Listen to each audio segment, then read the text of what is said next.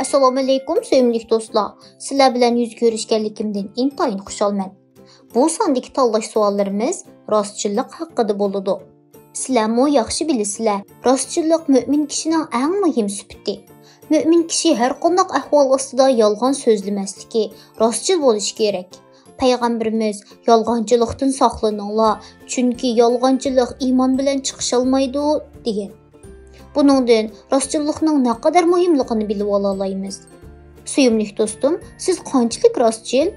Sizda yolg'onchilikdan iborat yomon illatning ta'siri bormi yo'q? Bularni bilishga qiziqsangiz, qo'lingizga qalam elib, tuvandagi tanlash savollarini ishlab beqing. Birinchi savol. Bir ishga lavz qilsangiz, lavzingizda turamsiz? A. Odatda oldirab lavz qilmayman, lavz qilsam yenib olmayman. B. Qarshi tarafmi menga o'xshash rostchil kishi bo'lsa, men bu lavzimda turman. C. Shu vaqtdagi kayfiyatimga va sharoitga bog'liq.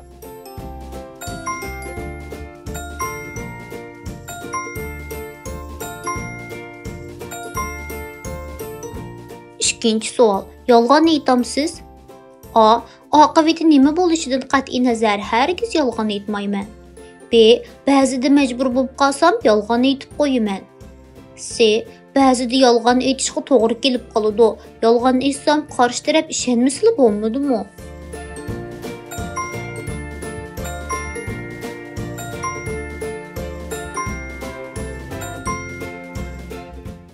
Uchinchi savol. Uyda inangiz bilan top o'ynab etib, ehtiyotsizlikdan lo'nqini chiqib qo'ydingiz. Opangizga nima deb tushundirasiz? A. Ehtiyotsizlikdan chiqib qo'yganimni aytib, kechirim so'rayman. B. Shkafning keyniga yo'shirinib olman, opamdan qochaman. C.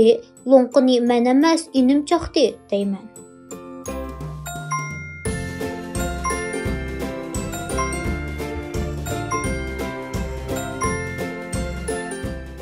To'rtinchi savol. Topshiriqlaringizni ishlamay uxlab qoldingiz. Ertasi deganda opangiz uyg'otganda qanday qilasiz? A. Opamga topshiriqlarni ishlamaganligimni aytaman va yordam so'rayman. B. Topshiriqim yo'qdi deyman. C.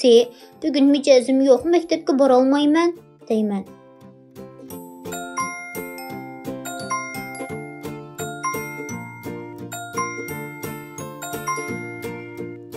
Beshinchi savol. İmtihanda muallimingiz sinfdan chiqib ketsa ko'chiramsiz? A. Muallim sinfda bo'lsin, bo'lmasin ko'chirmayman. B. Savodishimdan bilolmagan biror savolning javobini so'rayman. C. Muallim sinfga kirib bo'lguncha savoddoshlardan ko'chiraman.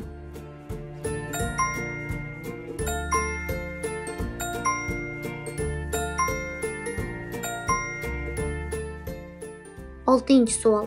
Maktabga borgan vaqtingizda opangiz sizga pul berganligini unutib qolib, yana bir qaytim pul bersa qanday qilasiz? A. Berib bo'lganligini aytaman. B. U vaqtda gap qilmay elib, xajlab bo'lgandan keyin deyman. C. Elib hammani xajlab etaman, opamga demayman.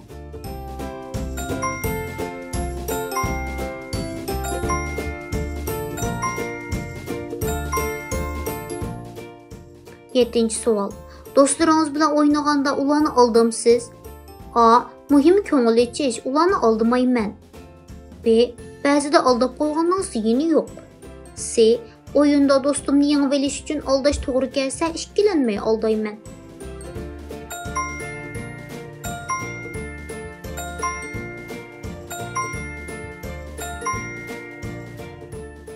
Sakkizinchi savol.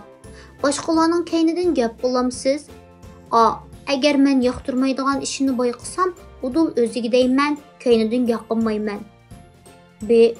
Yaqin do'stlarim bilan boshqalarning gapini qilishiman. C. Yuziga desam munosabatimizga daxli yetadi. Shunga yo'q edi deb olaman.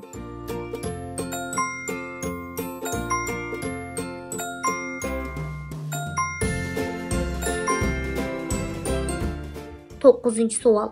Topshiriqingizni ishlamay maktabga borganingizda muallim sizdan topshiriqni so'rasa nima deysiz? A.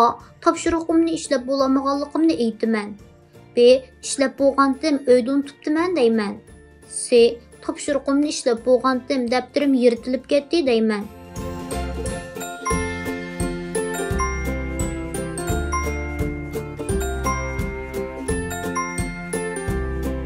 10 10-ci sual. Sinifdagilarni maktabdan sayohatga ilib bormoqchi bo'lgan avtobusga sizdan boshqa hammaylar chiqib bo'ldi. Siz uxlab qolg'achqa kechikib keldingiz. Ularga nima deysiz? A. Saqlatganim uchun ulardan kechirim so'rayman. B. Opam uyg'otib qo'ymabdi, shunga kechikdim deyman. C. Mengu uydan dal vaqtida chiqqan, yo'lda qatnash voqeasi chiqqan ekan, qatnash qiston, shunga kechikib qoldim deyman.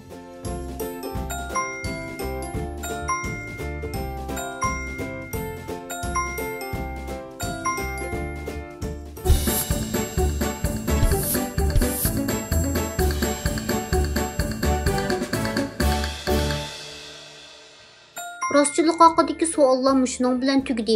Hamda javoblarni tekshirib boqayli. A javobni ko'p tanlagan bo'lsangiz, suyimli qarindishim, rostchil va samimiy ekansiz. Oqibatining nima bo'lishidan qat'iy nazar yolg'on so'zlamaydi ekansiz. Payg'ambarimizning bir sifati amin, ya'ni rostchil edi. Siz mu payg'ambarimizni o'rnak olib, rostchillik va durustlikni odatga aylantiribsiz. Rostchilligingiz orqali do'stlaringizning ishonchisiga erishibsiz. Bu go'zal xislatni davomlashtiring. Rostchil va lavzida turadigan musulmon bo'lishga tirishing. B javobni ko'p tanlagan bo'lsangiz, suyimli qarindishim, yolg'onchilikning yomon illat ekanligini yaxshi biladi ekansiz. Yolg'on aytmaslikka tirishadi ekansiz. Shundaqdimi ba'zida boshqalarning ko'nglini ayab, bir necha yig'iz yolg'on gap qilib qo'yadi ekansiz. Bir ikki yig'iz yolg'on aytib qo'yganga nima bo'ladi deb sal qaramang. Nima bo'lishidan qat'iy nazar yolg'on aytmang. Payg'ambarimizning bu so'zini esingizdan chiqarmang. So'zi va harakati orqali musulmonlarga ziyon zahmat yetkazmagan odam haqiqiy musulmon hisoblanadi.